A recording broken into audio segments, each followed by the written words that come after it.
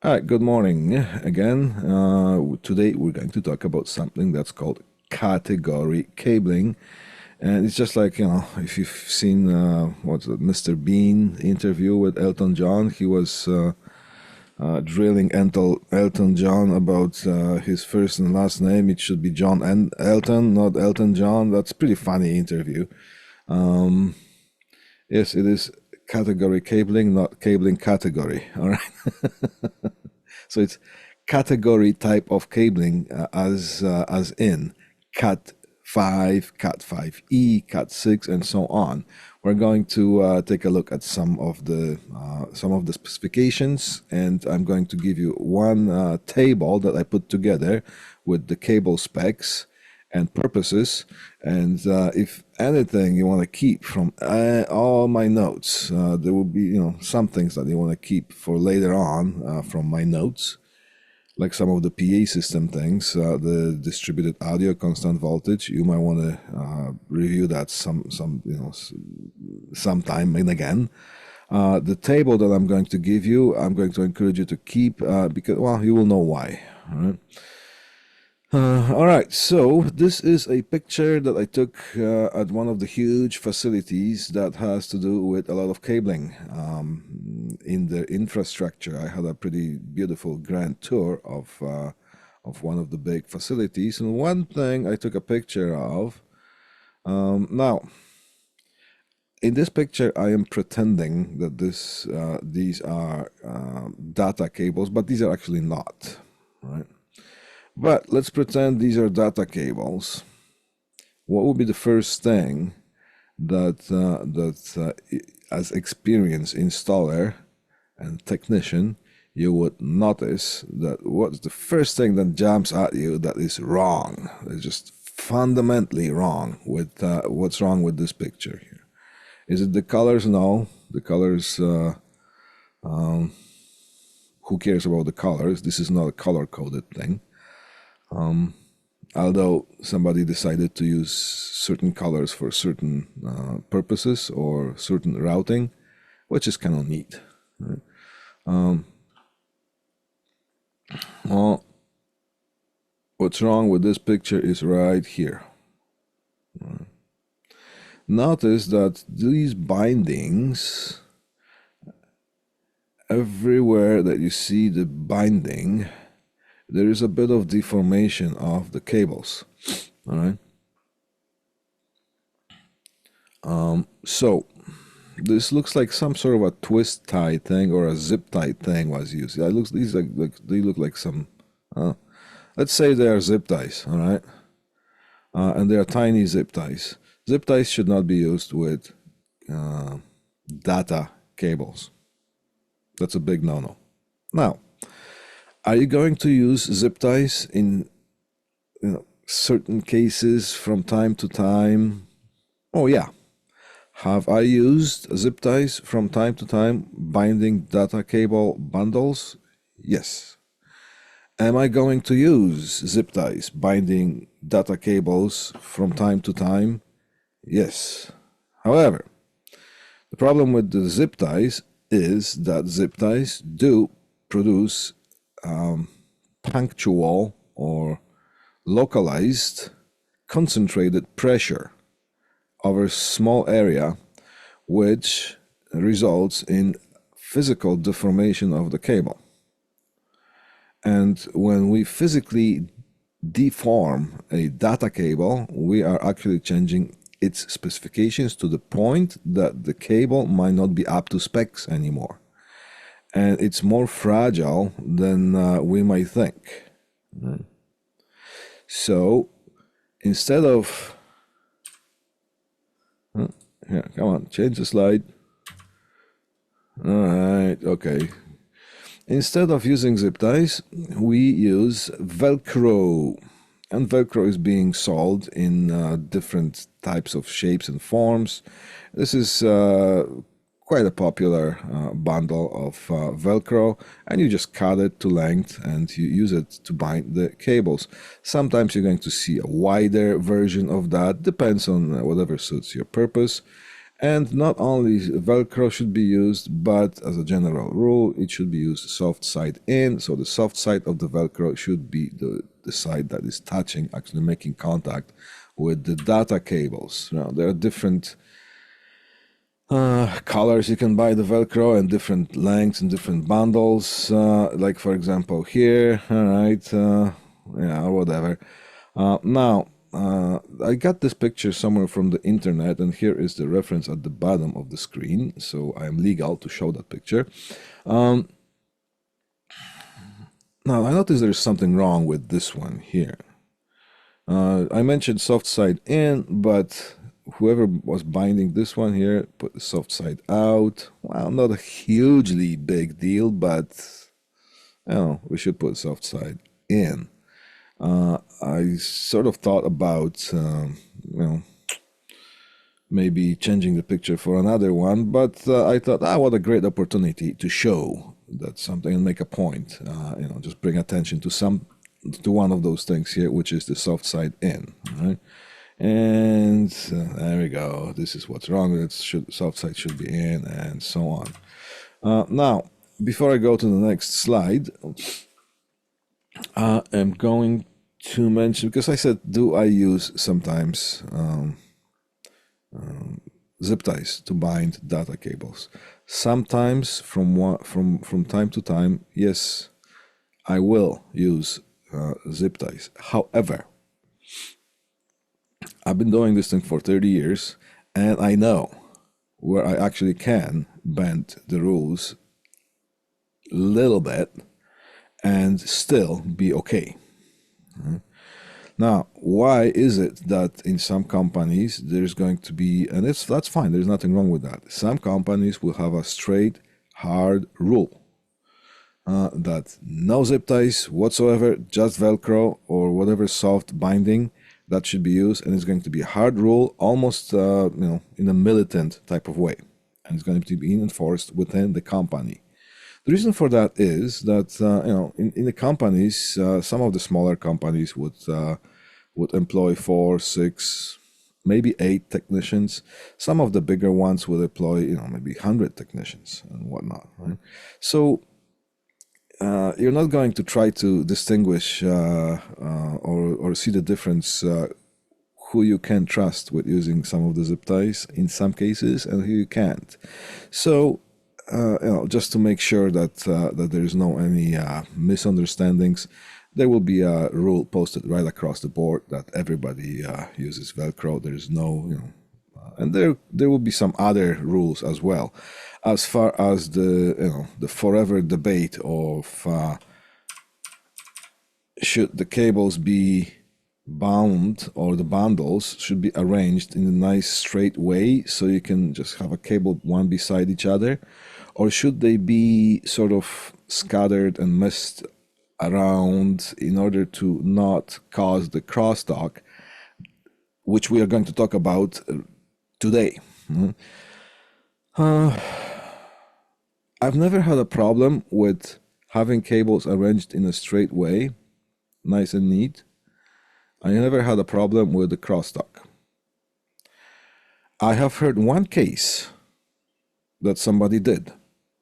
Right. So I'm not going to say the problem doesn't exist, but I'm just going to say I never had that. It never happened on any of my installations, and I've done like a lot.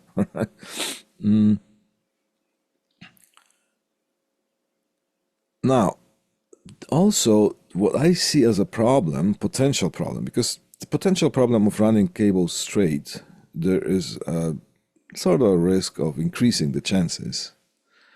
Risk of increasing chances. Okay, that's a mouthful. Let's see if that makes sense. I'm pretty sure some analysts are going to analyze this. But there's a bigger chance of the crosstalk to happen because certain type of one of the pairs from one cable could be running beside the other pair from another cable, and there's a small chance that they will actually align enough for the crosstalk, for signal to have enough strength to bleed from one pair to another and causing problems as crosstalk interference. Chances are small, but there's always a chance, right? Now, what's the problem with having wires scattered in like a controlled or intended messy way? When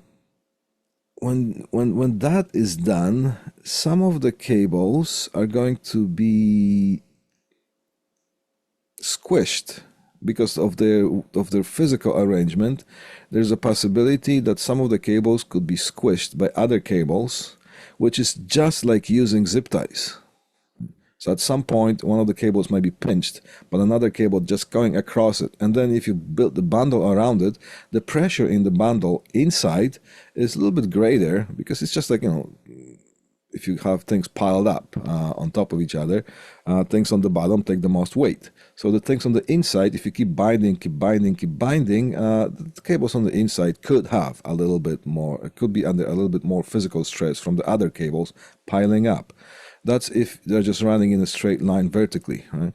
Now, also, sometimes you're running them horizontally and you rest them on the J-hooks or otherwise structures, and the weight of that also could have a little bit of effect, especially when you are using J-hooks. And if you have one of those situations happening right here, that cable could be pinching the other cable in a very concentrated way, so it could actually deform. So there's that, there's pros and cons of doing things both ways.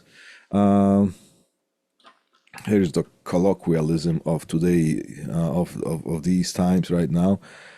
At the end of the day,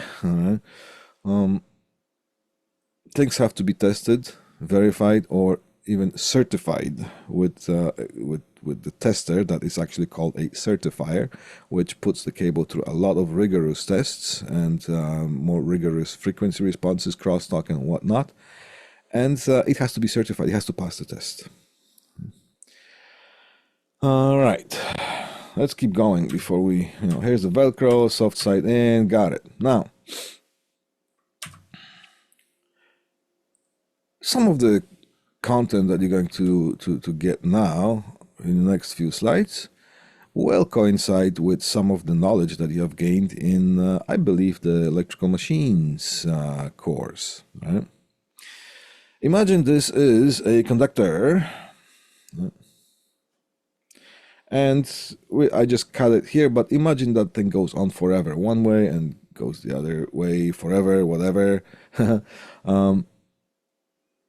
And in a way that this is a part of the circuit, and we have electric current flowing through this conductor. What happens when you have electric current flowing through this conductor? You are going to have a magnetic field around it. Right? You're going to have electric field and magnetic field, but those lines, those little circles here, they represent the magnetic field, the magnetic flux. And if the current flows one way, the magnetic field is spinning around that conductor in a way as if you were using a corkscrew to open your favorite bottle of wine. The direction of the corkscrew advancing is the direction of the current, and the direction of the corkscrew turning is actually the direction of the magnetic field spinning. This is just something that might help you with some electrical machines as well, right? Which I taught, by the way, as well. Now, imagine there's another conductor put right beside it, and the other conductor is not connected to any power supply. It could be just free floating, or it could be connected straight to one end, connected to a resistor, and from the resistor connected to here, or it could just be a closed loop, or it could be just a straight piece of wire. Yeah. The magnetic field goes the other way as well. Here's the whole effect of this. Electric current causes the magnetic field. If the magnetic field is strong enough around a idle conductor, it is going to cause electric current to flow. So one causes the other, and the other causes the one. So if you have electric current flowing, it is going to cause magnetic field to spin around the conductor. And if another conductor finds itself in close proximity to that magnetic field is going to induce electric current flowing. Now, that can be used to our advantage, and sometimes it will work against us. In this case, it works against us. Where is that we can use it to our advantage? Well, building transformers, for example, and electric motors, generators, all that. That is using it to our advantage. But when it comes to communications and signal routing, then yes, it's happening there. We can't control it. That it can't define the laws of physics and the whole science and the reality of the reality. But what we are going to try to do is try to minimize the effect of that. Just as long as we know that this is happening, then we can do, and we know how it's happening, then we can do something about it. Right? The problem with that is if we have one pair transmitting a signal, and if we have another pair in close proximity to that first pair transmitting another signal, the signals can bleed. So we are using the word bleeding. The signals can bleed from one pair to another, causing interference. We don't want that. That brings us to the idea of a crosstalk. In electronics, let me read this here, and we're going to talk about it. Crosstalk is any phenomenon by which a signal transmitted from one circuit or channel of a transmission system creates an undesired effect in another circuit or channel. So basically, the signal traveling through one pair causes interference in another pair. Crosstalk is usually caused by undesired capacitive, inductive, or conductive coupling, which is joining from one circuit or channel to another. In structured cabling, it's electromagnetic interference from one pair to another. It's more than magnetic interference than electric field. But where there is magnetic field, there will be electric field. When there is electric field, there will be magnetic field. All right, crosstalk in analog systems. Because, well, these days we have pairs or channels or links that are transmitting signal in analog form. And we also have those links that are transmitting or relaying signal in a digital form. Crosstalk behaves, well, it has a little bit different symptoms in one or the other. So let's take a look at the crosstalk in an analog form. Let's say there is a telephone conversation between two pleasant people, right? And they're enjoying this conversation, as you can tell. Now, let's say there's another two people that are also having a telephone conversation, and it's also very pleasant. Now, when the wires are routed, let's say at some point one cable runs beside the other cable close enough and straight enough for the magnetic field from one cable to be strong enough to affect the other cable, and by the ways of induction, it could induce itself onto another cable, causing interference. It's not happening right now.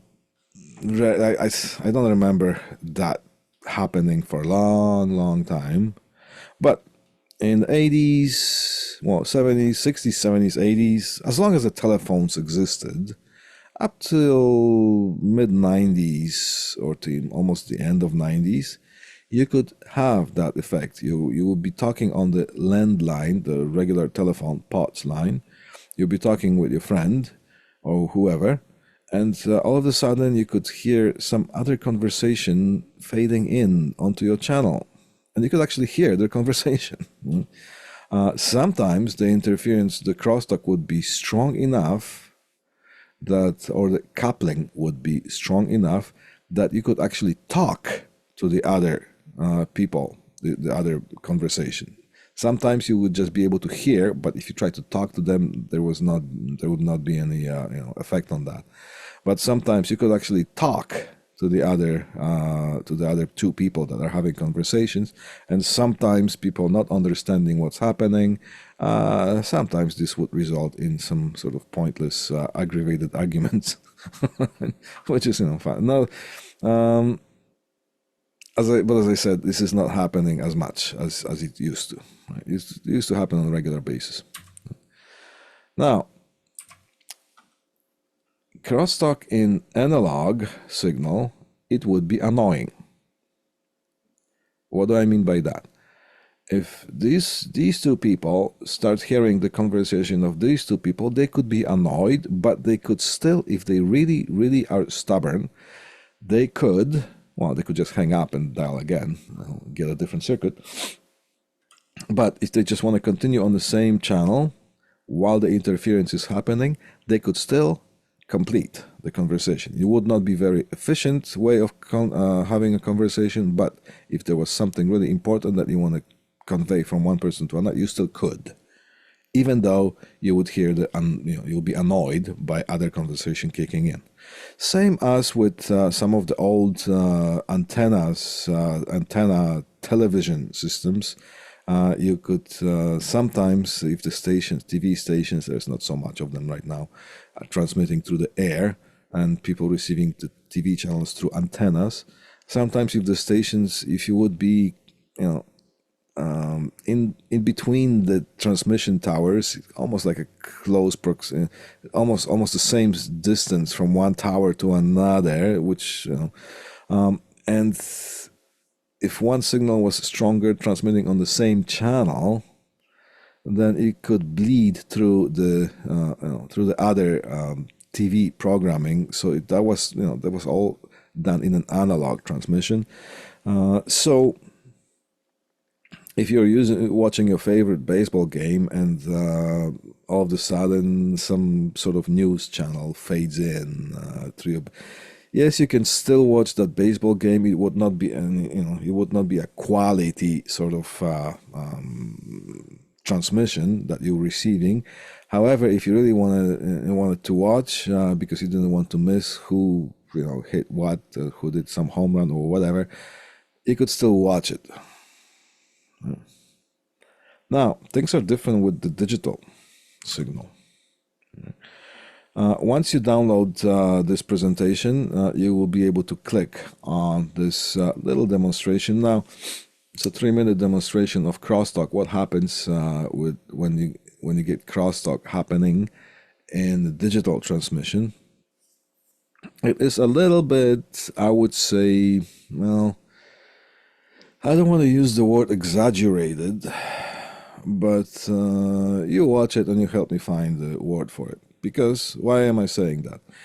Here's a person demonstrating what happens when you have the cable run beside the cables running beside each other, that they can bleed the signal from one to another, and the transmission simply just fails.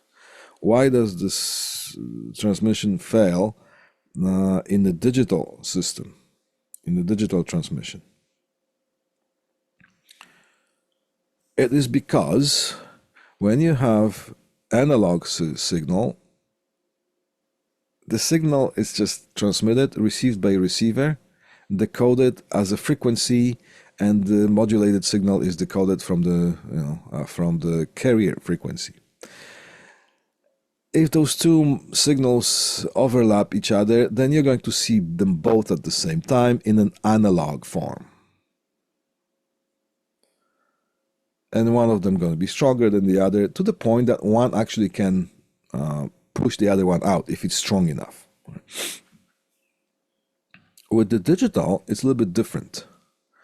Digital transmission relies on timing and pulses.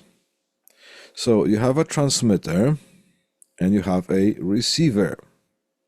The transmitter is going to transmit signals and pulses timed in a way that the receiver has to be synchronized or time aligned with this, starts receiving the signal in the same time manner that the signals are being transmitted.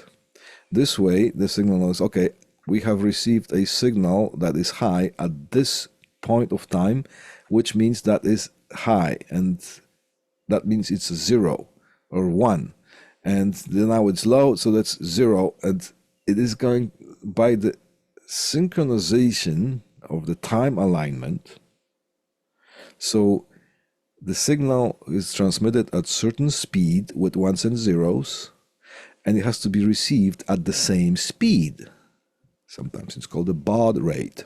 Okay, at the same speed it has to be received in order to be understood as a message.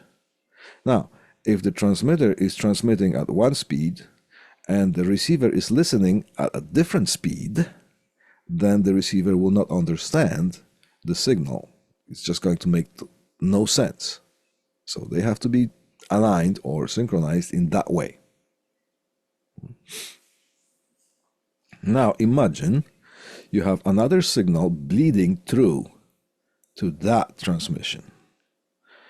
Then the receiver is going to receive ones and zeros, and they're going to get extra ones and zeros between the times that it's listening, or the time that's listening at a certain speed, which is going to cause that receiver not understanding the message, and the receiver is going to shut down and it's going to just go gone. I'm not listening, that's it. So in digital, when crosstalk happens in digital transmission systems, the signal completely disappears. So that's the difference between analog crosstalk. Analog crosstalk could be annoying. Digital crosstalk causes catastrophic failure of the signal. Now, why is it that I'm saying that this could be slightly exaggerated, or maybe not, because in some cases it could actually happen that way? It's because, okay, well, here is a bunch of cables, or couple of cables running beside each other, and one causes interference and causes the signal to fail. And then you're going to see this a lot. Here, a bunch of data wires running beside each other. So what gives? Bach just showed that video, and according to that, it just should not work. Well, so that's why I'm saying that thing is a little bit not exaggerated, but maybe the conditions that were created for that type of interference were helped with that effect to happen. Okay. Now, let's go to something that's called UTP. Acronyms, terminology. UTP stands for unshielded twisted pair. And these are the cables that we're playing with. When we did the patch cord, we used UTP. When we did the 110 termination, we used UTP. Even when we're doing this week, we're doing the 25 pair cable, it is also UTP. It's just different shape or form. Unshielded twisted pair. There is the cable consists of pairs that are twisted. There we go. Now,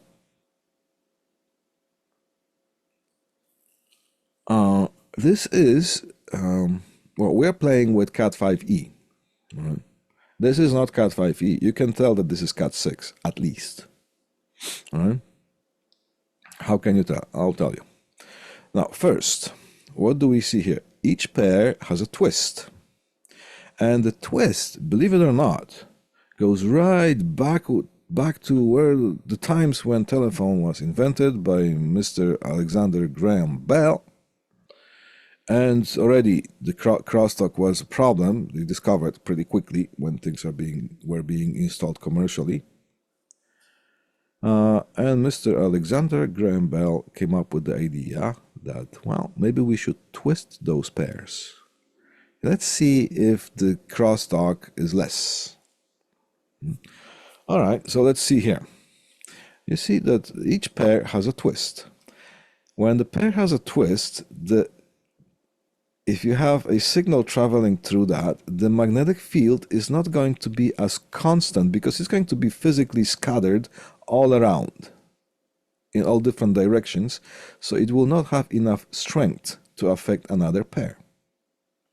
Now, if there was another pair that has twists at the same rate, then those twists could align and the signal could jump from one pair to another. So that's why the pairs are twisted at different rate.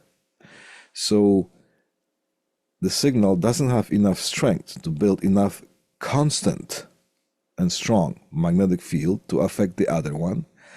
The other pair also has, being a different rate, is going to align itself at the different angles, different positioning, so the effect is still even more minimized, and there's even less chance of the magnetic field to have enough uniform strength to build around the other one and other pair and cause the signal to bleed. Right? So that's why we can see that the pairs are twisted at different rates. Now, that's where we have got Cat 5E, that Cat 5E, that category 5E. E stands for enhanced. Okay. Also, when you can see, you can tell that this is Cat 6. If I'm going to ask you, is it more likely that this cable is Cat 5E or Cat 6? Right away, it's more likely that it's Cat 6 or up. Because in here we have that separator inserted inside the cable. You can see each pair has its own channel in that plastic separator. And as you can tell, that the separator itself is twisted axially, lengthwise. So not only the pairs have twist, then on top of that, the twist is at different rate, and it Cat 6 and up, then the pairs are twisted around each other for the chances to be even less for the magnetic field to form uniformly around the other pair and cause interference. So that's why we have that separator. All right? And so this twisted pair cable, here's the U thing, stands for unshielded. Now, in some other cables, U means something else. But in this case, the UTP, that means it's unshielded, because there is no any shielding in the form of metallic shield, either around the pairs or around all the pairs together. Pairs individually or pairs together. Unshielded twisted pair. Now, here is just another view of showing that, see, the pairs are being twisted at different rates. The purpose of the twist is to eliminate, the main purpose of the twist is to eliminate crosstalk between pairs. Do we want all cables to be twisted? No. The ones that are transmitting data, we want them to be twisted. There are certain cases that we want the pairs to be not twisted, like for example security alarm cables, sensor cables. We want them to be straight, but we'll get to that when we get to that. Now, STP, what do you think that means? Well, as opposed to unshielded twisted pair, we also have some that's called a shielded twisted pair. Shielded twisted pair. Kids? Okay, there we go. And that's what it looks like. Now, this cable has metallic shield aluminum foil around the sheet, around each pair. Sometimes, sometimes you're going to have cable, shielded twisted pair, that has each pair shielded individually, or instead of that, you're going to have one common shield shielding all of the pairs together, and there is no individual shields. Or you will have this and that. We're going to have all the pairs individually shielded, and on top of that, there's going to be one common shield shielding all of them together. This is to prevent the signal leaving the cable and bleeding to another pairs, and it also prevents the interference from outside to entering, shielding. Okay. Now here is something that's called drain wire. It is a unjacketed wire that excuse me, just runs inside the cable and is physically touching the aluminum foil. And when you're connecting data links, then you have to be really careful, because sometimes, in some cases, you want the shield to be connected in the connector and grounded on one side or on the other side, or both, depending on what the specifications of the system is. Usually you ground them at both ends. Not grounding, not connecting that drain wire to the ground is sometimes even worse than having no shield, right? So that when, okay, so the installations using the shielded twisted pair are more expensive because the jacks are more expensive, the plugs are more expensive, and the installation is a little bit more involved. It takes more time to install. So they're more expensive. Where would you see that? All right.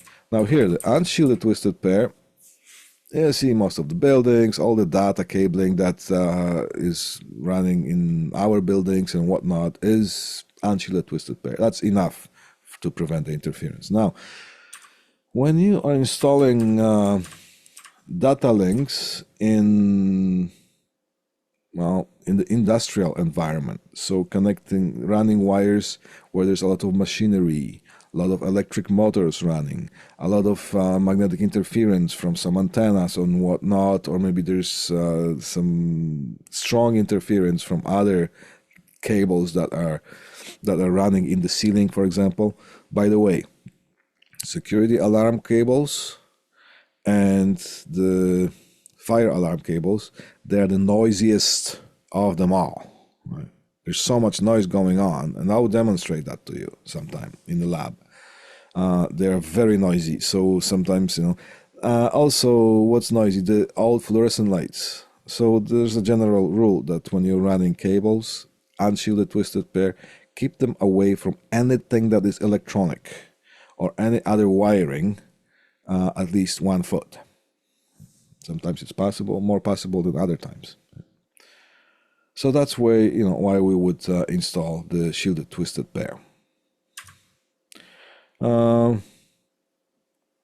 What did I say here? Although UTP cable is the least expensive cable, it might be susceptible to radio. It should not be too close to. Yeah, it's what I said. In the presence of high interference, shielded twisted pair might have to be used. Now, this is explaining on the shielding. Yeah, so you can read that. I already explained that. Now, before we move further to the next slide, I'm going to explain what CCA is. CCA stands for copper clad aluminium or aluminum. And in magnification, if you magnify it, that's what it looks like. Stay away from this, kids. Once we had a box of cable that had CCA on it, and we couldn't use it. I'm wondering, why is this thing still being produced and sold? Yes, it's cheaper, but it's useless. Copper is expensive. Pure copper conductors are it. That's the ones you want to use. Yes, you have to pay more money, but that's the way it is. Now, somebody had a bright idea of cheating it a little bit by producing aluminum conductors and coating them or cladding them with copper on the outside and say, okay, well, the electricity is going to think that it's flowing through copper. Well, nobody's going to know, right? Oh, they will know, right? So, excuse me, that's what CCA means. You see that and it's cheaper. Don't be fooled by buying that because it's a good deal. Look, is it a good deal because it's CCA? Well, I wouldn't take that cable if somebody gave it to me free, right? Because it's just, you're asking for troubles. Right? All right. Here is what you want to keep. Different categories of the cables and different specs. And I think that's going to stop on this slide. But before we stop on this slide, let me explain what's on this one here. All right. Now, wake up and pay attention because this is extremely important. This is one of the most important things that you're going to hear in this class. Here is the Cat 5, Cat 5e, Cat 6, Cat 6a, Cat 7, so on. There's also Cat 6e, but I just decided to ignore it. But yes, it exists. Now, Cat 5 is mostly obsolete. However, you're still going to see that as part of some old installations. Before I go any further, I would say, whenever you're installing VoIP telephone systems, which are the voice over IP, which we'll go over next week, I think. VoIP telephone system, the VoIP telephone or telephone set will not work on Cat 5. It has to be at least Cat 5e for the phone, VoIP phone, to work. Let's analyze this slide just a little bit. We got 4 minutes to go. Let's make it 5. Cat 5, obsolete. What do we have? We have a twist, and notice the twist, as the category increases, the twist gets tighter and tighter. There's more consistent and more tight twist. Just now, we have the gauge of the wire. Cat 5 uses 24 gauge conductors. Cat 5e 24 gauge. Oh look, Cat 6 is a heavier gauge, thicker wire, 23 gauge conductors, and so on, right? Okay. Now, we talked about the twist, transfer speed, and bandwidth. Transfer speed has to do with the digital signal transmission through that cable. Bandwidth has to do with the analog transmission in that cable. So sometimes for example, the internet signal that's provided to you from the outside of your house is in an analog form, just like radio frequencies. We will talk about that too, but later. The signal after your modem that goes inside the house is in the digital form. All right. Now we'll talk about length as well. Transfer speed and bandwidth. Cat 5, look, they are the same number here. Cat 5 is capable of transmitting 100. Now, MBS stands for megabits per second.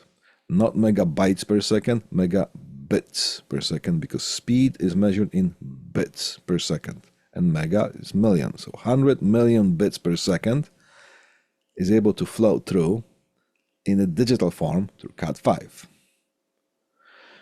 Now, the bandwidth of that is 100 megahertz, which means you can transmit a carrier frequency or a frequency, signal modulated, or anything that is up to 100 megahertz, and you can transmit that through the cable, and the signal is still going to be understood at the other end. Now, things are getting a little bit different as we go along. Cat 5e. Well, look at the transfer speed. Cat5e is capable of transmitting 1 gigabit per second. So, let's stop here for a sec. Reminding, bits per second. Now, when you're talking about hard drive storage, you're talking about megabytes. And of course, there is no per second because it's just a pure storage, right? So just so you can distinguish, when you're talking about speed, you're talking about megabits and gigabits per second, not bytes. Now, Cat5e is a faster cable. See, that's why VoIP telephone will not work on Cat5. If you see a retrofit, because some people still have their old wiring and they want to install the VoIP system using their existing data lines, yes, you can, but you have to go and make sure that the cabling that is provided to desktop is at least Cat5e. Important, because if you don't, if you price out the job, then you're going to, and if you omit that one little detail, it might cost you a lot of money because it's going to be your responsibility to deliver the product at the price that you said. And if you have to replace the cables, it's going to be at your cost. So you got to check. Now, here's the bandwidth of Cat5e. It can service up to 100 megahertz, just like the Cat5, if it's CCA. Or you can go up to 350 megahertz if it's BC, which stands for bare copper. Okay, so here's the difference. That's why I showed you what CCA is in the previous slide. Cat6. Well, first of all, it's a thicker wire in the conductors. You have a tighter twist. Now, we have two speeds for transfer speed. 1 gigabit per second or 10 gigabits per second. The 1 gigabit is same as Cat5e, notice that, right? And here is the bandwidth. When you are installing the LAN systems, you're probably going to be only concerned about that, but just so you know that there's bandwidth difference as well. Cat6 is a funny animal because if you notice, any kind of data transmission doesn't go beyond 300 feet. It's actually 328 feet, but there's no further. It doesn't go any further because if you go further than 300 feet or 328 feet end to end, then the data is just going to be intermittently transmitted. Some of the data will be transmitted, some of it will be lost in the cable, and so on. Why don't we put 328? Well, we need to install 300 feet end to end because we're still going to have a patch cord on one end and patch cord on the other end, and that adds length, so we want to have some playroom with that. So 300 feet. Now, Cat6 is capable of transmitting 1 gigabit per second up to 300 feet. But you can transmit 10 gigabits per second, but only up to 180 feet. I'm almost done. So, when a client says, oh, is Cat6 better than Cat5e? Well, yes, it is better. So, oh, costs more money? Okay, fine. I don't care. Let's have the better cable. All right. Then you're going to say, okay, how long are your runs from LAN room to the PC? If the runs are longer than 180 feet, then you're losing money by buying Cat6 cable, because if it's longer, the run from the LAN room to the desktop is longer than 180 feet, you are getting Cat5e specification, right? You might as well get Cat5e. So now this is how I showed you how to read this table. When you download this, you can analyze the same thing. I'm not going to explain everything, every single cell in this table, because I showed you how to look at it. This is how you read that. Here is your roadmap to success, kids. Dr. Nick. We're going to stop at this thing here because we're running out of time, and we're going to continue next time we see each other. However, this week, because it's a test week for us, We are not going to have any new content. I will be in class during that in-person time.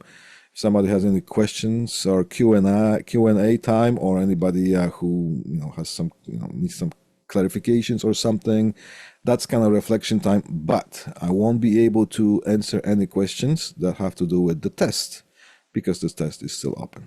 All right. So just so you know. All right. So that's it for today. Thank you very much, and I will see you when I see you. Thank you.